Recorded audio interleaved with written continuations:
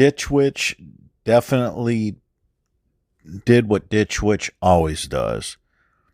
They went through and redesigned all the controls, the instrument cluster, and it couldn't be better.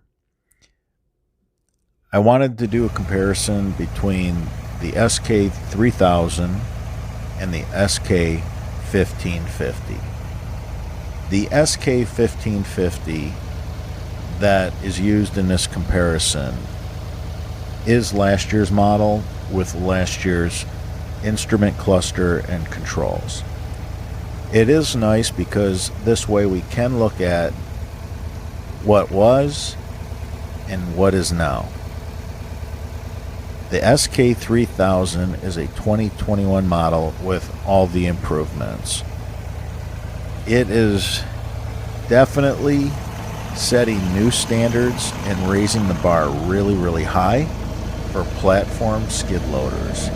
Now this used to be the controls. This used to be how you raised the throttle and lowered the throttle. Now I speak from experience when I tell you those wear out, and we had to replace one on our 850 plus. So Ditch Witch changed that. Another thing they changed, you used to need 3 hands to run the machine with the hydraulics if you had an attachment that ran off of the hydraulics. Ditch Witch did a really nice job about laying the dash and controls so that the operator now can very easily reach and run and handle everything with just the 2 hands. You can see the lights on off, very simple right there. Beautiful instrument cluster. And this SK3000 is just a beast. When you look down it, you just can't even believe it. So there's no keys anymore. No longer keys. It's a code. And as long as you're shutting it off and turning it back on and talking, to a customer, turn it back on, you don't have to keep entering the code. So that's what's nice, just in the morning. Okay, so when you go ahead to get out of, say, a bucket or forks, this is going to kind of throw you the first time you do it, because that did throw me. It has an electric hydraulic for the pins, so you don't have to latch anything in anymore. That's what's beautiful about that. That's a really nice accessory, and it's an option. You can load these right up. But what I love is you can do everything right here at the dash. You can do it with 2 hands. You see those yellow buttons that are on the control handles. You're running the hydraulics now with your thumb. So again, Ditch Witch addressed something where before you were trying, to operate a system that was made for 3 hands. Now you can do it all with just the 2 hands. Very convenient. They did a great job. Beautiful machine. It carries its weight well. The weight is low to the ground, so you end up with a real stable machine. It's not tippy at all. Very secure.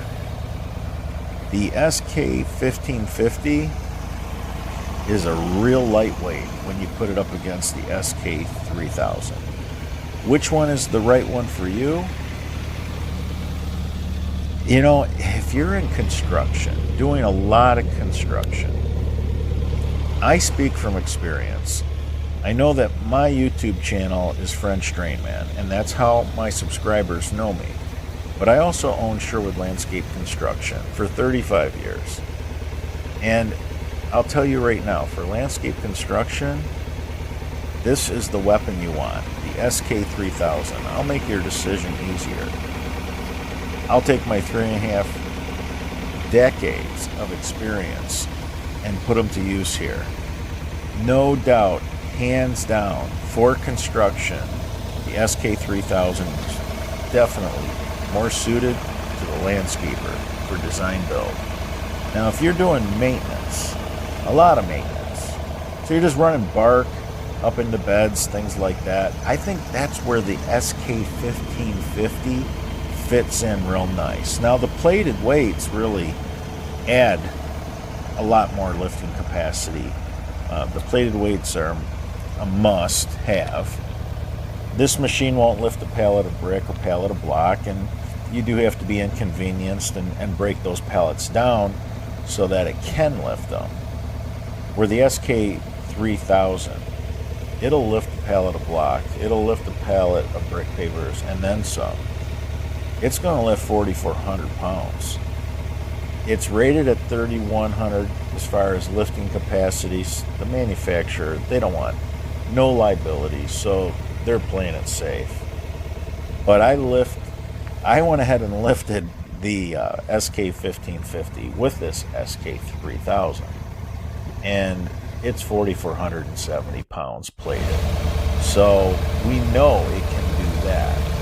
I went ahead and did that, but I could tell that that was at the machine's limit. So that's great that we were able to do that, have some fun in the process.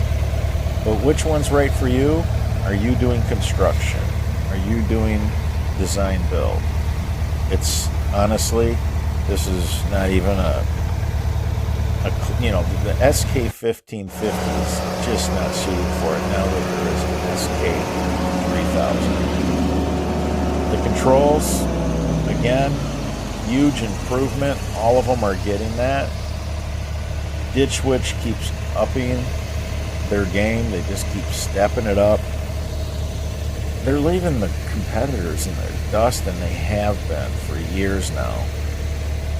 Ditch Witch got into the skid loader, the mini skid market, and they started outdoing the #1 brand.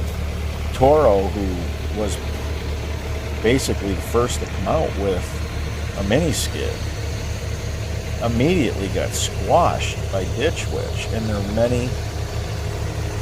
many models. Let's put it to you this way. This is how bad Ditch Witch was tromping on Toro. Toro had to buy Ditch Witch a couple years ago. And that's a fact. They figured if they can't beat them, they might as well buy them out. So these two machines are definitely fantastic machines. The 3000, the SK3000 is design build. The SK1550, I would rate it for maintenance. You can put a light material bucket on it. You can run up the grass. If you wanted, you could even get away without plywood on the grass, as long as they weren't watering heavy. And you could just dump the bark in the beds, in all the landscape beds. It's a great maintenance machine. I wouldn't have it for brick pavers. There's just no way, now that there's an SK3000. I wouldn't have it for construction of any kind, now that there's an SK3000. The hinge pin height, what a difference. When you raise these two machines next to each other and you look at just how high the SK3000 goes, I mean, there's just no comparison. There really isn't. They have the hinge pin rated on the SK3000. Hinge pin height max, 118 inches. And boy, does it sky. I mean, it really, really looks like it's higher than that. Now, the SK1550, in comparison, the hinge pin height, its max is 94.5 inches. So right here you can see them side by side. You can see what it looks like. When you go from 94.5 inches to 118 inches, what a difference it makes. Really, really makes a difference. And because of the size of the SK3000, the size of its arms, the way they reach out, you can see for yourself. I mean, if you're loading in tall trucks, and if you're serious about construction and design build, you are. You're not messing around with just low profile dump trailers. You're dealing with the stuff that's up tall. Look at that. On paper, I mean, just 94 and a half versus 118. I mean, look at it though. I mean, it's one thing to see it on paper. It's another thing to see it side by side.